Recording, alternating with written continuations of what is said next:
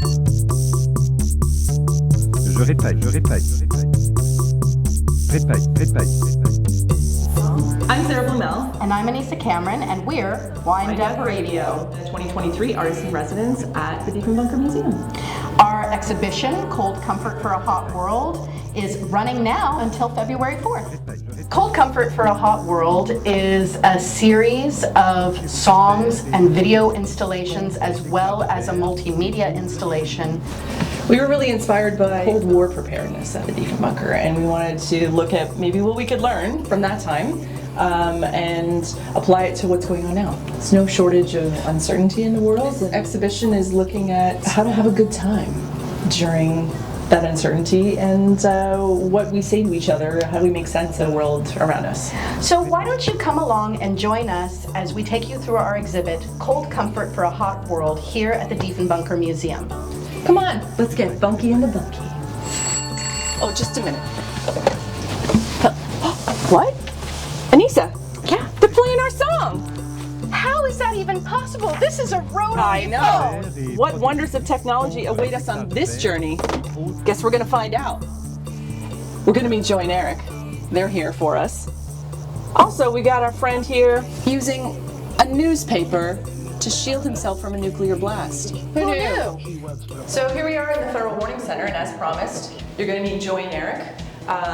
They were two folks that we met in the archives from a BBC documentary about what kind of shelter techniques were available for the common person in the UK. And they had these two young folks who were trying out different shelter techniques, and every one of them failed. It got us thinking about who gets to shelter. In the song, you kind of hear a story about some people who had the means for a great escape. We also have 90 Seconds Till Doom. In 90 Seconds Till Doom, we wrote that piece about the doomsday clock, and we wrote it from the perspective of the doomsday clock. It's counting down, and now the clock currently sits at 90 seconds, which is the closest it's ever been to midnight. Midnight meaning disaster for us all. And here we are in the Secretariat. Bunky into Bunky is the name of this one. The highlight of the residency was discovering that televisions work. Experience this on the television here between the Federal Warning Center and the next place that we go. We are in the Emergency Government Situation Center, and this is our piece, Just Leave Me Here.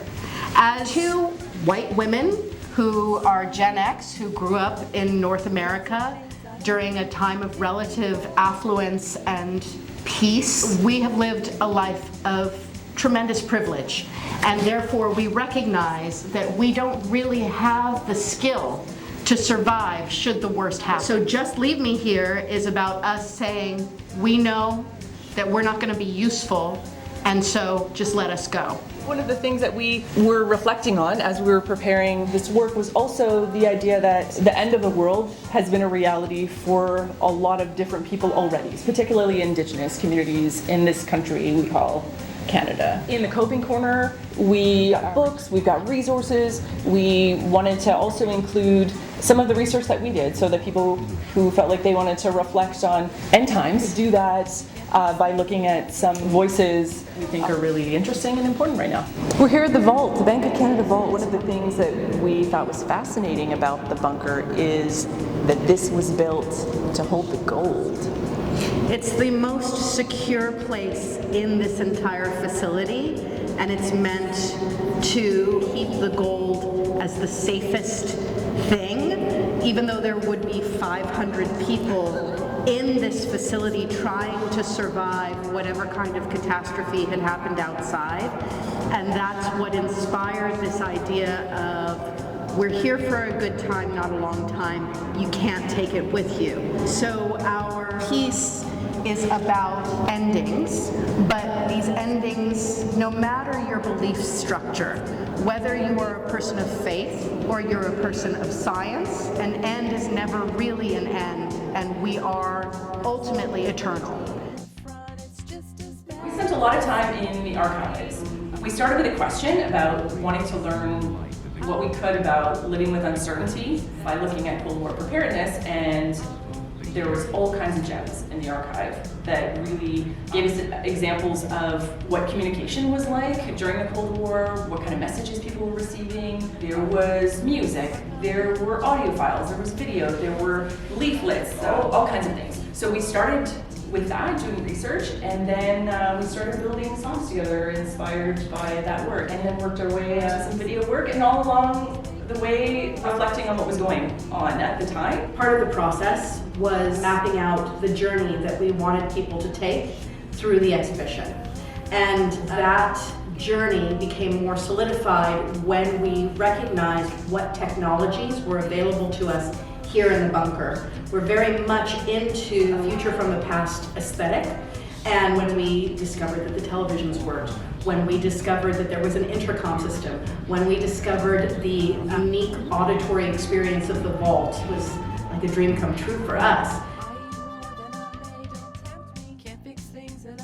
The content is important because the juxtaposition of the world being a frightening place that is also a beautiful place, this idea that multiple truths could be held together at one time, which is kind of a theme that goes throughout. And it's important for people who come through to recognize that not everything is black and white. We live in a world of gray, and how do you navigate your reality based on that fact? So this content is about the absolute tragedy and the levity that you can find within that tragedy to continue forward. I think a little unexpected delight wouldn't hurt anyone. I know for me, just a moment of surprise and wonder, something that you run across that makes your day like a little more tolerable, that would be great. For me, this idea of magic in the mundane, to find those moments of wonder when you go into a space that you think something is going to be one way, and then you are pleasantly surprised by the discovery of something else that is not what you were expecting, but that you enjoyed so much. I really want to thank the Diefenbunker for this incredible experience. And a lot of help from the Digital Arts Resource Center too, DARC in Ottawa. Thank you to this incredible team who have worked with us along this whole journey. Yeah. It's been really a remarkable experience. I invite you to come and experience it for yourself.